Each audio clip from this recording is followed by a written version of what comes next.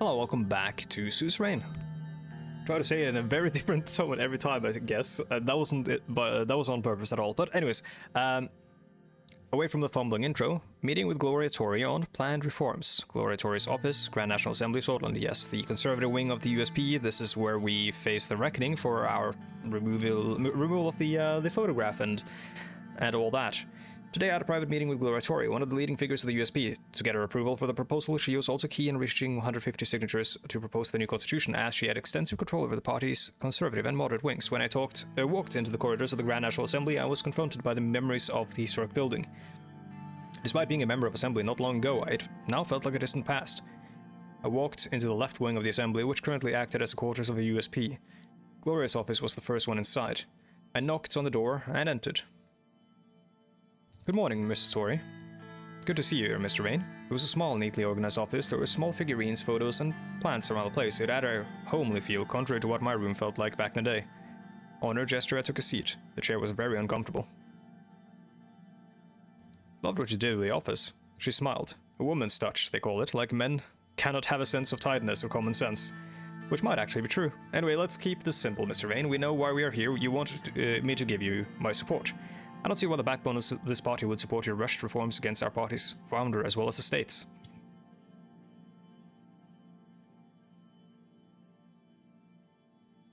These reforms are not against anyone, it's all in the name of democracy. These reforms are very critical for the future of Swordland, Mrs. Tory. It's all in the name of democracy, I guess. In the name of democracy, even though you owe everything to President Sol, I think you never liked him, nor the party is built. I would never betray our party. Whatever you intend to do, you will be facing quite the opposition, Mr. Rain. That's all I can say.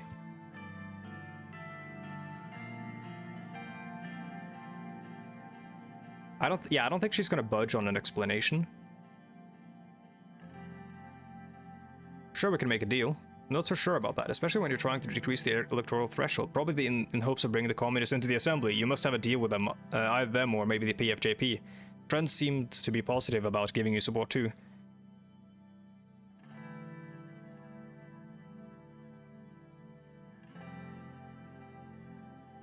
The decrease is important to democratize our elections.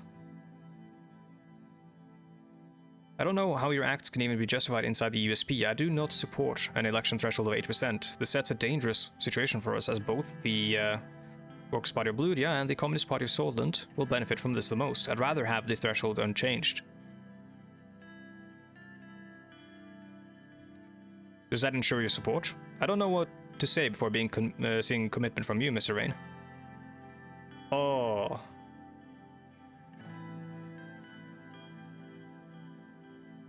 Same goes for me.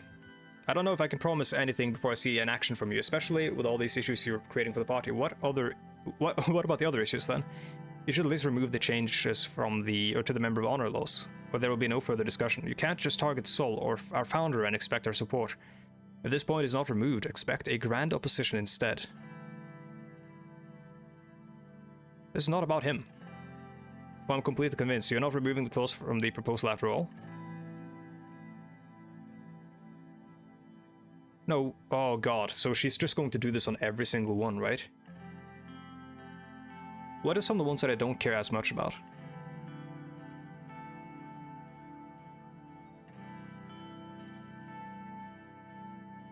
So, can we check the constitutional reform?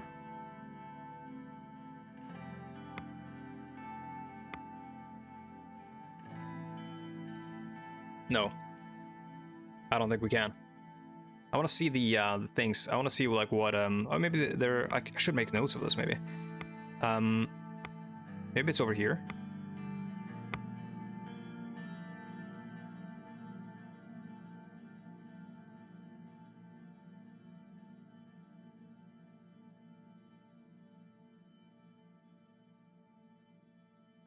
I don't think so.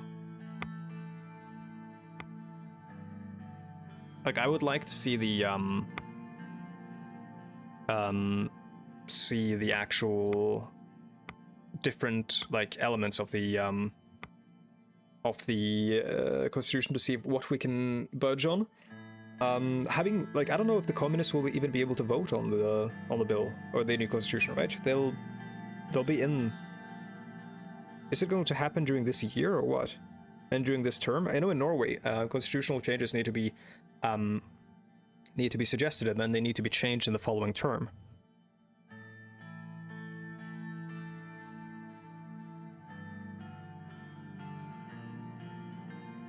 They're going to be really pissed about this one if I don't change it.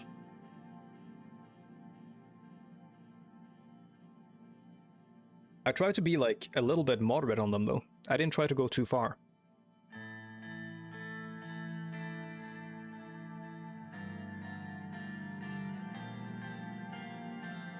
But this is definitely one of the ones I care less about from a democracy standpoint. Like, it's still really bad, but I do care about it from the point of view of, like,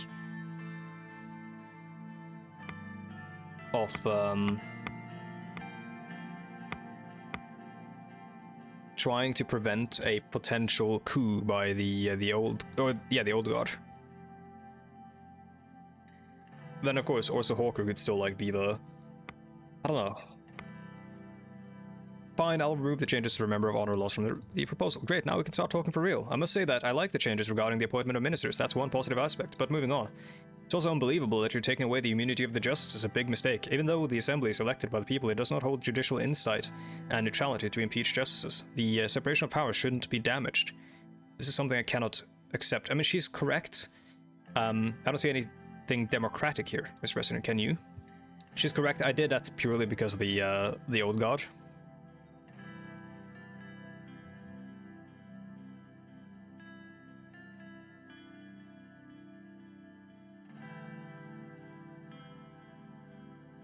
This will benefit the party. I continue to disagree. What do you think, Matt? Are you trying to make changes to a proposal, or should we keep continuing with this?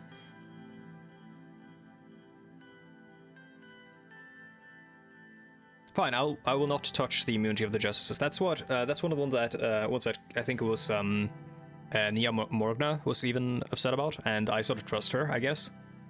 So let's maybe strike that one. Finally, the proposal is starting to make more sense. You know what? I feel extra generous today. I believe I can give you my support.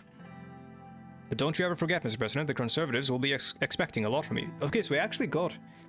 wait. Yeah, I only struck the immunity. I didn't strike anything else, right? We got the 8%. We got the changes to, like, who can vote, right? The justices and all that. So, like... Of course. We're good. Now that it's settled, we can move on. I can get you the signatures needed for the proposal. I'll talk to the Conservatives. I hope there won't be any surprises, though, Mr. President. What surprises? We have to calculate every possibility, Mr. President. After all, this is Scotland. I'm positive that I can get you the signatures, but I can't vouch for all the Conservatives of the party to vote for the constitutional changes. But that still depends on your policies, Mr. President. I have no problems with the proposal, and you have my word that I will help you get this out. Which policies make you concerned? I'm concerned about the oligarchs in the state of our economy. I'm worried that they may influence you for their own benefit. We expect you not to pursue further privatization like Alfonso and fall to their trap. Don't worry, that won't happen. Good to know.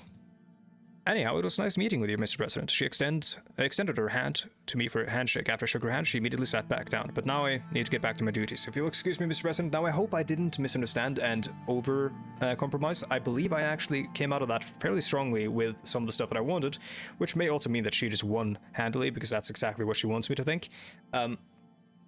I wish I could not have stricken the Member of Honor and the immunity of the judges thing. Or, sorry, not the immunity of the judges. That's one I was willing to budge on, but the Member of Honor, that's the one I care least about, but it's the one I kind of wanted, because I want to just excise Sol from the party. I don't want him to be a thing anymore.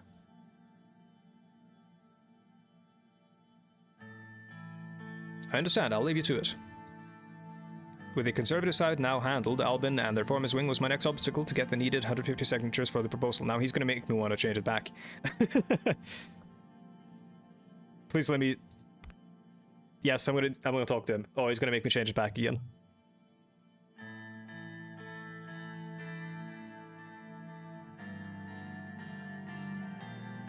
Oh, I also plan to finally present a more fleshed out proposal and declare our agenda to the party after our meeting, okay? Walked into the left wing of the assembly and entered the quarters of the USP. When I reached the meeting hall, I saw many of our members conversing out inside. After taking a glimpse inside, I went back into the corridor to look for the office of Albin Clavin, which was around the back of the place. When I reached his room, I knocked on his door and entered. Mr. President, welcome! Let's see, what's his background? He has recently risen to significance during the Alfonso administration as an aggressive debater and a strong supporter of Ewald Alfonso. Okay, so he's one of the big liberalization guys. The whole room was surrounded by bookshelves packed with files and papers. It was a small office with books and dossiers lying on every corner. It felt claustrophobic. Oh, by the way, someone needs to make a hotline for a mod of this setting, please. On his gesture, I took a seat. How's everything going, Mr. Clavin? It's been busy. The party's been working very hard, Mr. President. Thank you for asking. How's it going for you in the place? In the palace? Depends on our meeting today. Oh, I see. Then I'll try my best not to make it any worse for you, Mr. President. I wanted to express my gratitude for passing the Workers' Right Act. It's one of my most comprehensive and successful political efforts. The Workers' Revolution will begin with small steps. It was the right thing to do because our workers were suffering for decades. Indeed, these people will credit your administration and the party for a positive change in their lives. The businesses will share the burden with the state, but it is a change they have to abide by. I have to say, the close collaboration between the palace and the party is going well. Looking forward to what we can accomplish with the reforms. He smiled and knocked on wood. Anyway, sir, let's talk about the proposal. Thanks for coming here for my input, because there are some subjects where Gloria and I don't see eye to eye. I would say that the most progressives were already starting to warm up to you. Your attempt at changing the constitution created quite a bit of excitement. One could dare to say the excitement that hasn't been felt since the 30s. I've read the proposal that was finalized together with Mrs. Tory, and surprisingly, it came out pretty good. Look, Mr. President, I'm on the same side as you. I won't create any problems. Awesome. Thank you, Mr. Clavin. Any help from you is much appreciated. It's looking good. I will support the proposal and get the needed signatures from our wing. I believe the reformist votes that I have will be very important to you. Who knows, maybe you'll consider me for a job in the government in the future about this. You bet I will, Mr. Clavin. Good to know, Mr. President. I will talk to my guys shortly. I'll have their signatures soon. Thank you, Mr. Clavin.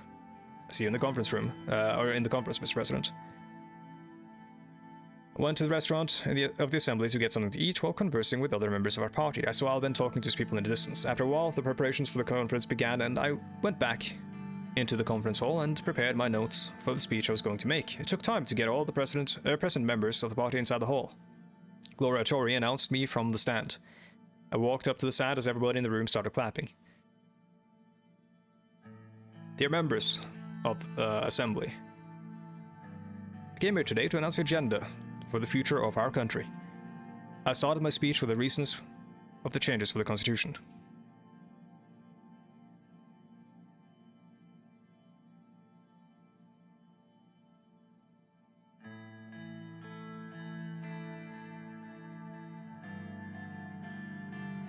The people of Swordsland have spoken. They blame our institutions and our systems and want change. Can you blame the people? Haven't we had enough with the flaws of our constitution? We must listen to their wishes and get their trust in Swordsland back.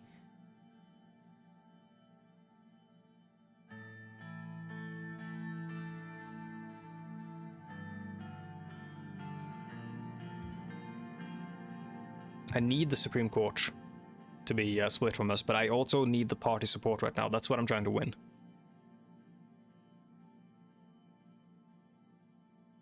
Brought attention to people's protests and the slight decrease in popularity of USP. I explained how our proposal will only be beneficial for everybody. The moderates that sat in the center started applauding. Later I explained the contents of the new constitution and asked for their full support for their proposal. Asked for the votes. I asked for each and every member's vote to make a change together. The reformist wing of the left stood up and started clapping loudly after Albin Clavin made a sign. Soon after, most of the party members stood up and joined in. I saluted everybody in the room and one last time and bid them farewell before leaving the stand. I walked outside the assembly and back into the palace. Honestly, it feels like I did good, which is a weird feeling to have in this game, because I feel like I've been just consistently fucking everything up. President meets the USP, yeah. Rain stops unrest. Oh my god. This week saw the decrease in the protests surrounding the country and complete stop in several cities, particularly in the capital Holstad. Thanks to President Rain's approach to the crisis, Swordsland slowly start turning back to stability, which will hopefully reflect good on our economy too. Now watch how everything falls apart when I hit continue. balance of power in Eastern Marcopa. Oh no.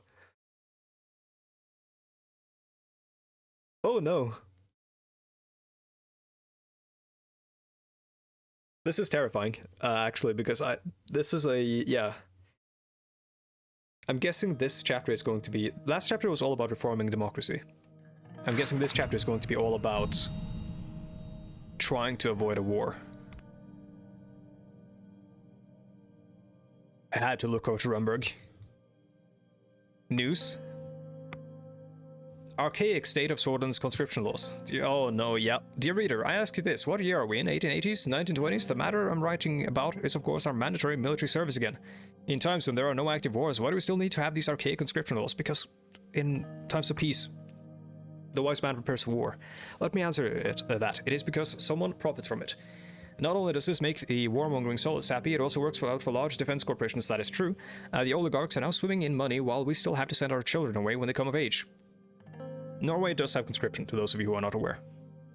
Though it is very easy to quote-unquote dodge. It's not looked upon as shameful, at least not by reasonable people in Norway, to do so, because the Norwegian military can only take in so many, and you're actually like more likely to get rejected.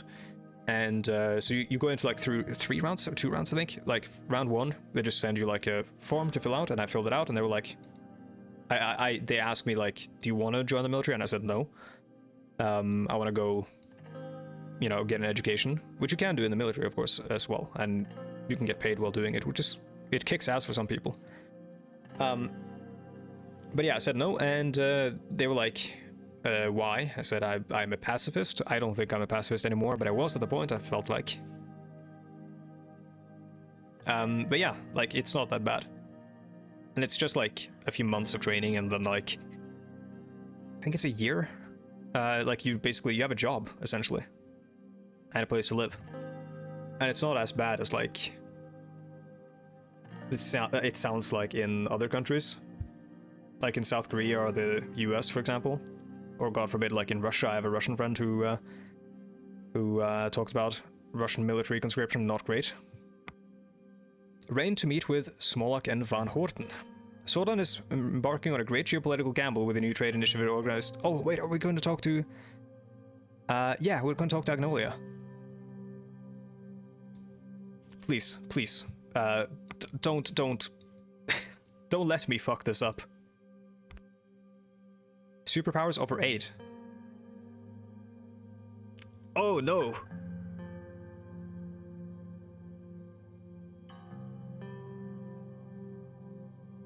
Uh-oh, I might actually have to ask people in the Discord about this one. Which means that by the time you've seen this video, or rather the next video, the decision will have been made, but I don't know if I want to do this one yet. Minister of Health discusses privatization. I funded you. You're not allowed to do this. Shut up.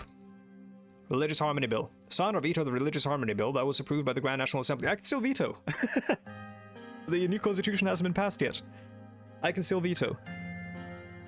For the purposes of increasing religious harmony and unity, the following laws are established in religious affairs. Section 1 will ensure that the Day of Dissension ceremony in Ark Sanctuary of Deir shall now on only hold sermons in the Swordish language. Section 2 will forbid sanctuaries from holding sermons in Bludish unless they receive approval from the Archpriest of Swordland.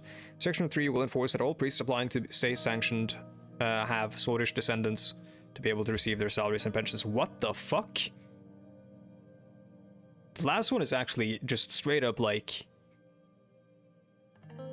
I'm sorry for what I'm about to say, but like I tend to be chronically neutral in my language, I guess, or at least chronically like I'm not centrist at all. I wouldn't say so.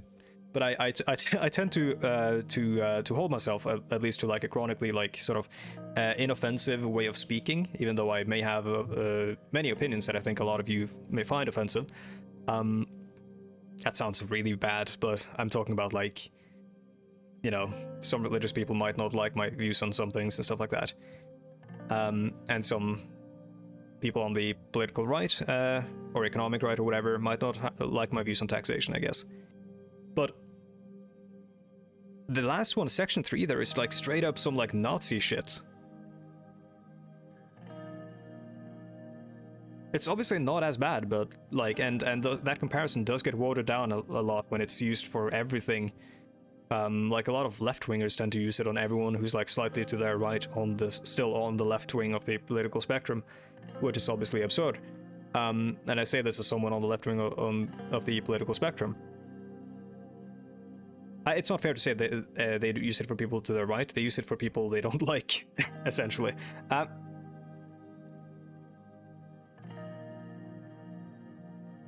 And of course, you know, that happens on the right as well. Like, right-wingers call people who are to their left, quote-unquote, radical liberals and stuff like that. I think that this is really bad and I need to veto it. I don't think it would pass in the assembly, but I still don't like the idea of it. Now, superpowers over aid, I don't like... I don't want to do that until I've asked people in the Discord. I'm going to ask them, which is going to mean that this video is going to get a little bit shorter than the usual. President Rain protects religious freedoms. President Rain has recently vetoed the outrageous Religious Harmony Bill. The bill is aiming to limit the freedoms of Bluish people in Scotland. The MP to propose the bill was, of course, Casado Kibner, the leader of the NFP himself. Mr. Kibner has never stopped his attacks on Bluish people, and we are sure that he will continue his continuous onslaught and his attempts to further divide the country. President Rain's decision to veto this misogynistic bill, which was a clear attack on... Wait, what? Misogynistic? Was the bill specifically targeting women? I didn't see that. Was a clear attack on religious and personal freedoms and will be welcomed by Bloods and Swords alike.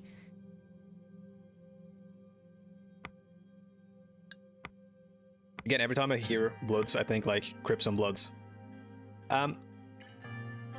Falling into like my 90s gangster rap face again, but I want to say thank you so much for watching. Apologies for this being short. I need to consult my advisors for this one, which I will do in Discord. So maybe if you join by the time this video comes out, maybe the playthrough isn't done yet, and you'll be able to advise me on further decisions.